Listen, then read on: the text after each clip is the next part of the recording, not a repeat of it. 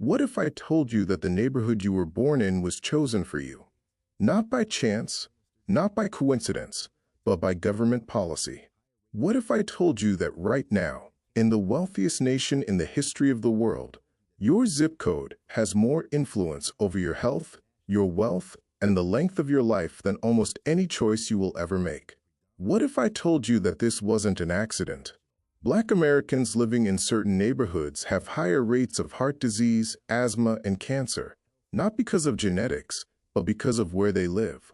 The incarceration rate for Black people is 6 times the national average, and police are 57% more likely to make an arrest in predominantly Black neighborhoods. The air is more polluted, the water is less safe. The schools are underfunded, the hospitals are under-equipped, the food is worse. And even the loans, when they are offered at all, come with traps. This is not a random collection of unfortunate statistics. This is the architecture of oppression, built brick by brick, law by law, map by map, by the United States government.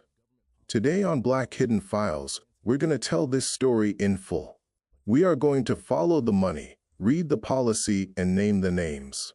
We are going to show you how a system designed in the 1930s is still shaping Black lives in 2024. And we are going to give you the tools to understand it, share it, and fight it. This is the hidden war on Black prosperity, and it's time to bring it into the light. To understand how we got here, we need to go back, not to slavery, not to Reconstruction. We need to go back to 1933. To a moment that most Americans remember as one of the great acts of government compassion in history.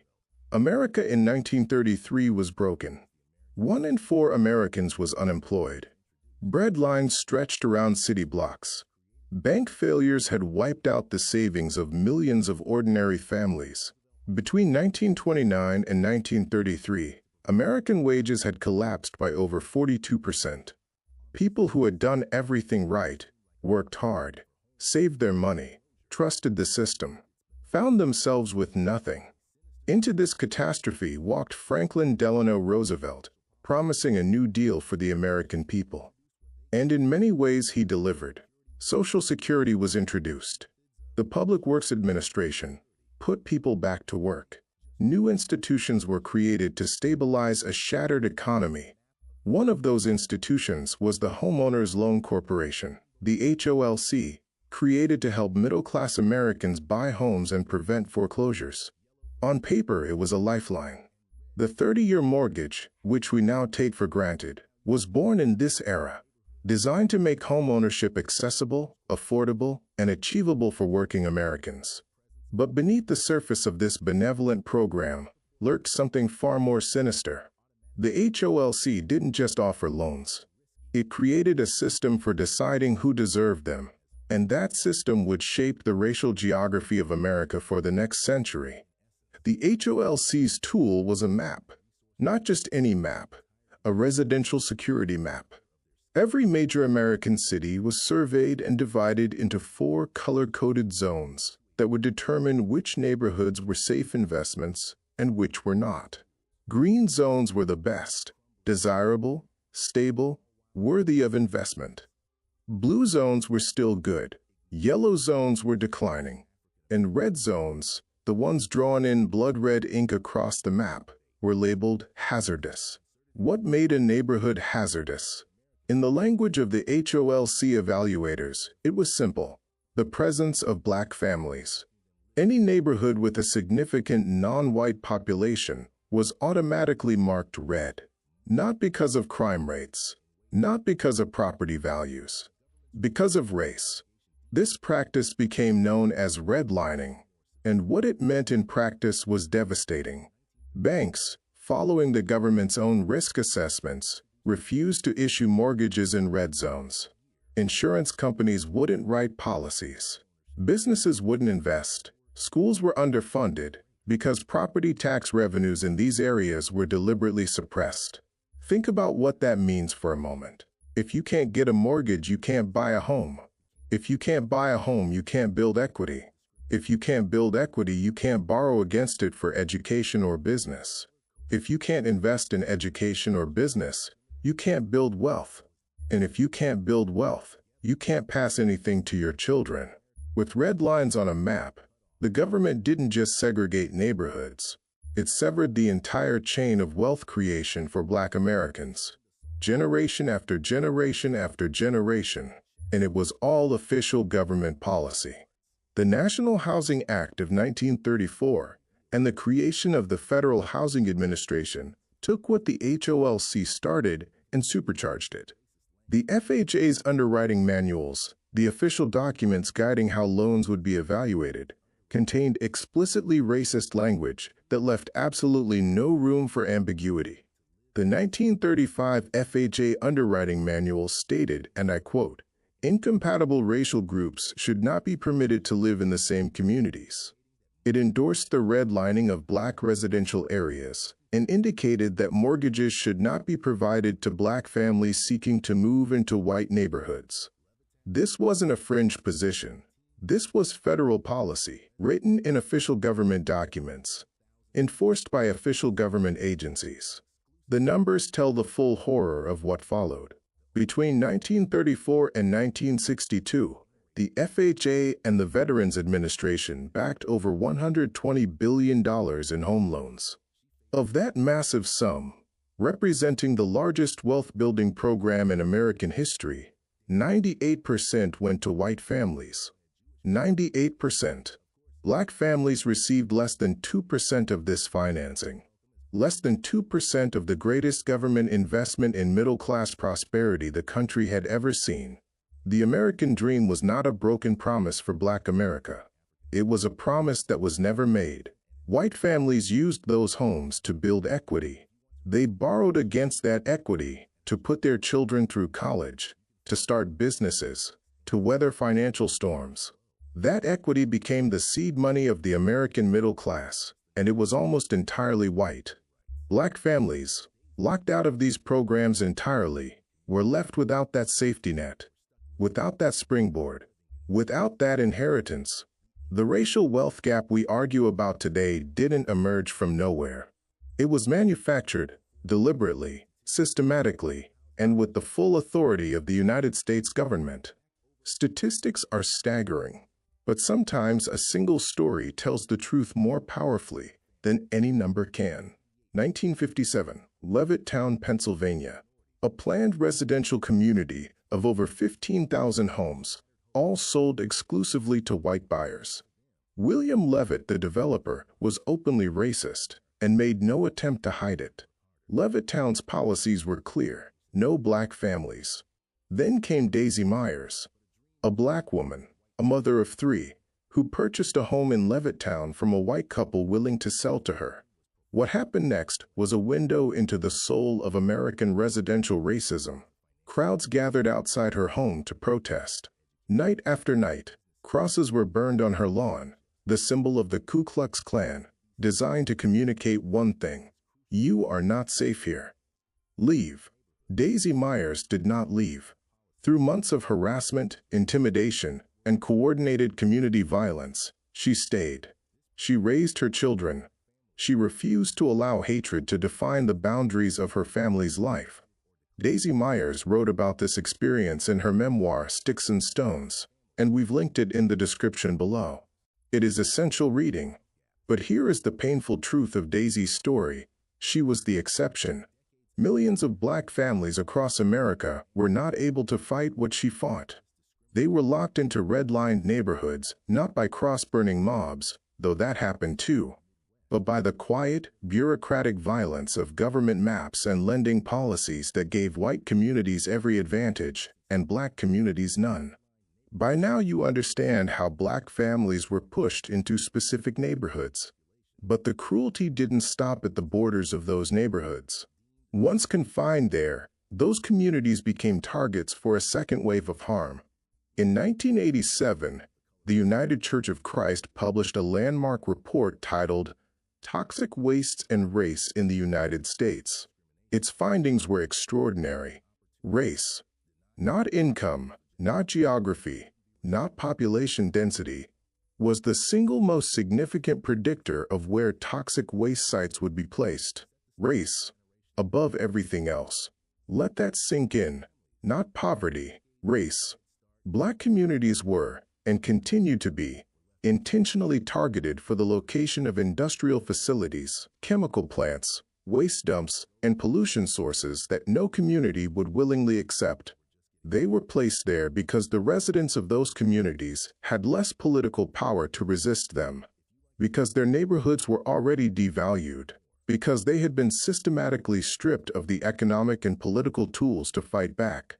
We saw this play out in Flint, Michigan, a predominantly black city, in 2014, when corroding pipes led to the contamination of the water supply with dangerous levels of lead. Thousands of children were exposed. The damage to developing brains is permanent and irreversible. But Flint is not an anomaly. A 2022 study found that residents of formerly redlined neighborhoods live nearly twice the density of oil and gas wells compared to residents in historically green-lined areas. Those wells emit pollutants linked to cardiovascular disease, impaired lung function, and premature birth. Black Americans were not just denied opportunities, they were surrounded by poison. While white neighborhoods received parks, clean streets, and green spaces, redlined neighborhoods were choked with industrial pollution and denied the public amenities that make communities livable, healthy, and attractive to investment. The environmental conditions we just described don't stay abstract. They land in human bodies. In Detroit, a study found that black adults living in historically redlined areas face an 8% higher risk of heart failure than those in non-redlined neighborhoods. At MLK Community Hospital in Los Angeles, a hospital serving predominantly minority patients, black patients with COVID-19 had an 11% greater risk of 30-day inpatient mortality compared to white patients at better-resourced hospitals.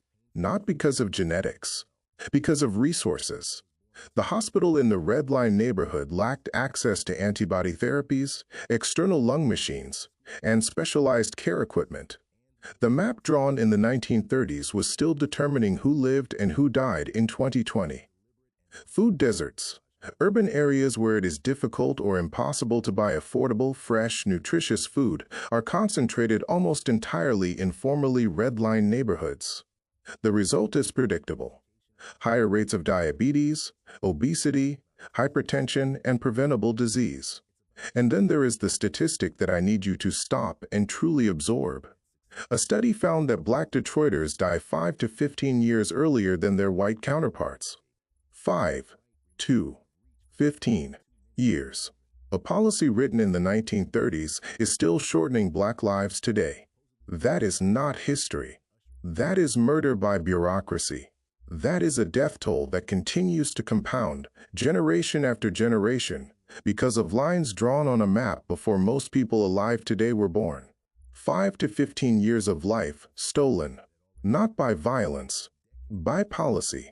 If you trap a community in a place, poison the environment, deny them health care, and then underfund their schools, you have not just limited one generation, you have engineered failure across every generation that follows. In the United States, public school funding is tied directly to local property taxes.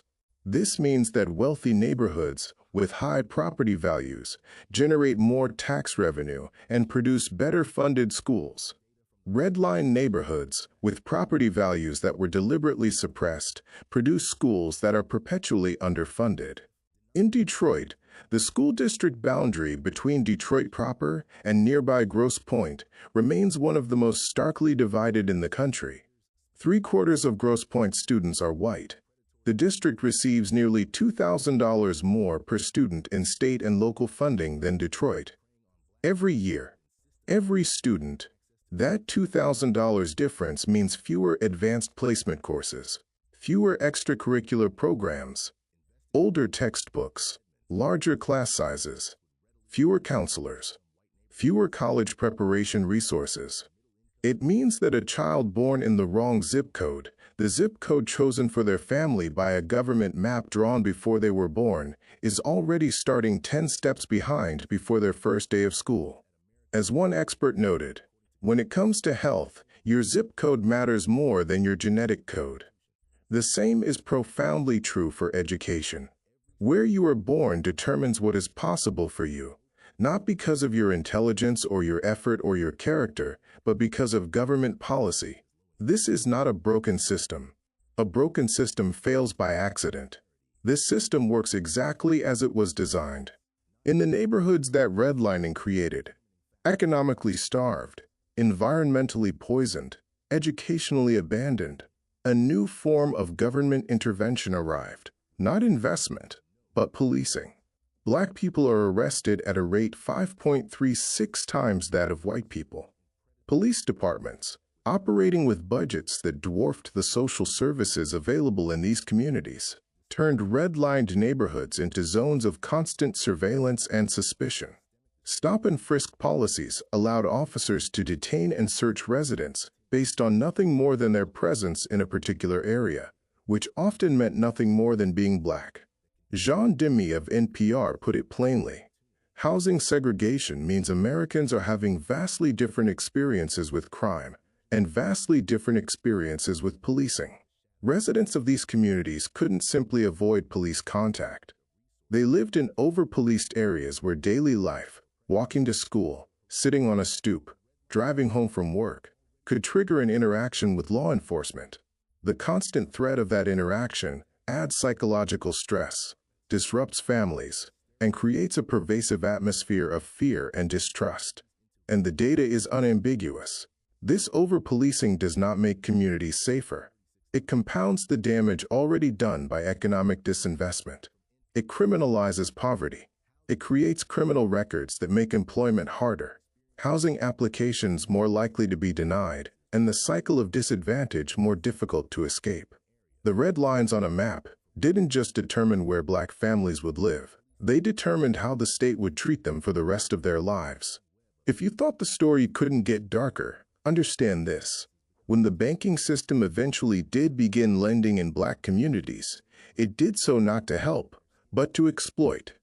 Reverse redlining emerged as a practice in which lenders specifically targeted minority communities, not with fair loans, but with predatory ones. Subprime mortgages with deceptive terms and sky-high interest rates were aggressively marketed in neighborhoods where residents had been systematically denied access to fair financial services for decades. The people who had been redlined out of the system were now being lured back into it through a trapdoor. In the late 1980s, investigative reporter Bill Dedman exposed what was happening in Atlanta. Banks were readily lending in low-income white neighborhoods while refusing to lend in middle-income and even upper-income black areas. His 5-year survey found that black applicants were rejected for home loans more than twice as often as white applicants with similar financial profiles. High-income black applicants were being rejected at the same rate as low-income white ones. Income didn't matter. Creditworthiness didn't matter. Race was still the determining factor. And as recently as 2015, banks were caught engaging in these practices with minimal consequences. The lack of meaningful accountability created no incentive to stop. The predatory lending industry, targeting the same communities that had been excluded for generations, accelerated, contributing directly to the 2008 financial crisis and the wave of foreclosures that devastated black homeownership across America. They were locked out. Then they were let back in, through a trap. After everything we've covered today, you might be wondering, is anyone fighting this? Is anything changing? The answer is yes. Imperfectly, insufficiently, but yes. The Community Reinvestment Act, passed by Congress in 1977, was a crucial step, requiring banks to apply the same lending standards in all communities, regardless of racial composition. It was not a cure, but it was a signal that the era of completely unchecked discrimination had to end. Organizations like the Redlining Institute in Oakland have spent decades pushing for policy reforms that address the legacy of redlining, demanding that financial institutions invest equitably in communities of color. Community activist groups across the country have fought and won policy changes at local, state, and federal levels. Banks have been forced to reckon with their histories. Associated Bank agreed to a $200 million settlement over redlining practices in Chicago and Milwaukee. Evans Bank in New York settled an investigation that uncovered the literal erasure of black neighborhoods from its mortgage lending maps. The conversation around reparations, financial compensation for communities affected by decades of government-sanctioned discrimination, has grown from a fringe idea to a serious policy debate. Evanston, Illinois became the first American city to approve a formal reparations program linked specifically to housing discrimination. It is a beginning. At Wayne State University School of Medicine in Detroit, a course called Healing Between the Lines teaches future doctors about how systemic inequities like redlining shape the health of the patients they will treat. A new generation of physicians, lawyers, and policymakers is being equipped with the historical knowledge to see these systems for what they are and to dismantle them. Progress is real. It is also achingly slow relative to the scale of the damage done. So what do we do? What do you do? First, understand that this history is not over. The red lines may have been declared illegal in 1968, but their effects are still being measured in life expectancy, in school funding, in hospital equipment, in air quality, in family wealth. Understanding that is the beginning of everything. Second, share this story. The greatest weapon of this system has always been invisibility. The comfortable idea that these disparities are natural, inevitable, or self-inflicted. They are none of those things. Share this video. Share the books. Share the research. Help make the invisible visible. Third, support the fight. Organizations fighting housing discrimination, environmental racism, educational inequality, and predatory lending need resources, volunteers, and political support. The list of organizations doing this work is in our pinned comment below. And fourth, remember that this is not just a black issue. When any part of a society is systematically held back, the whole society pays the price. In economic potential lost, in human capacity wasted, in the moral weight of an injustice left unaddressed. The red lines were drawn by specific people, in specific rooms, with specific pens. They are not the laws of nature. They were choices, and choices can be unmade. This has been Black Hidden Files. We're telling the stories they left out of the history books. Subscribe so you never miss one. And drop a comment below. Tell us what part of this story hit you hardest. We read every single one.